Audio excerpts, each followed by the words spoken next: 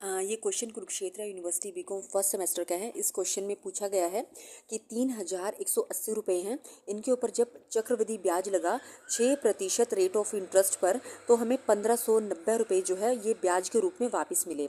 हमें वो time period बताना है कि कितने टाइम पीरियड के बाद जो है हमारे जो ब्याज के पैसे हैं वो 1590 रुपये हुए।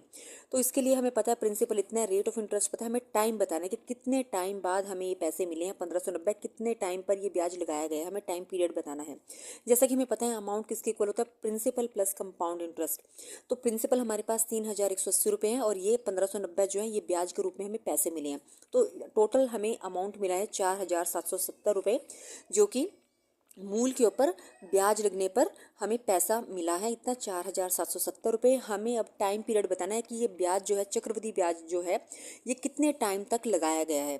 तो उसका फॉर्मूला ये होता है, अमाउंट की वैल्यू पुट कर दी हमने, सारी वैल्यू पुट कर दी। उसके बाद हम जब इसको सॉल्व करेंगे, इनका हमने एलसीएम लिया है, हमारे पास वैल्यू आ रही है 1.06 n, यही हमने निकालना है।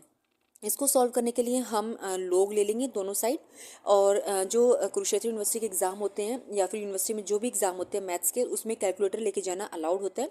जब हम लोग 1.5 कैलकुलेट करेंगे तो हमारे पास वैल्यू आएगी 1.76।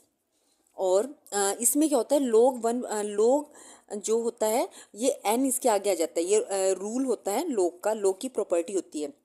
log x raise to power n अगर है तो n log x हो जाता है। तो इसलिए n जो है ये इसलिए आगे आया है, n आगे आया और ये नहीं आएगा n एज इट इज़। उसके बाद हम क्रॉस मल्टीप्लिकेशन से क्या होगा, ये चीज़ नीचे आ जाएगी, log 1.06 जो है ये वैल्यू नीचे आ जाएगी और n एज इट इज़ यहीं रहेगा। ये ध्यान रखना कि ये पावर जो है ये आगे आ जाती है, ये log की प्रॉपर्टी होती है, ठीक है।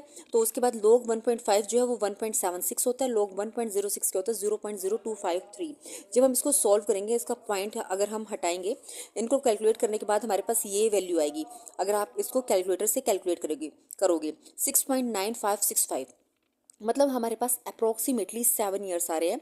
यानी कि इस प्रिंसिपल पर जब हम ब्याज लगाएंगे 6% का, जिससे कि हमें जो पैसा मिलेगा इंटरेस्ट का वो 1590 रुपये मिलेगा, और टाइम पीरियड रहेगा 7 साल। 7 सालों के लिए जब पैसा ब्याज पर दिया गया, चक्रवृद्धि ब्याज पर दिया गया 6% रेट ऑफ इंटरेस्ट के साथ, उसके बाद हमें 1590 रुपये मिले। Please like and share my video.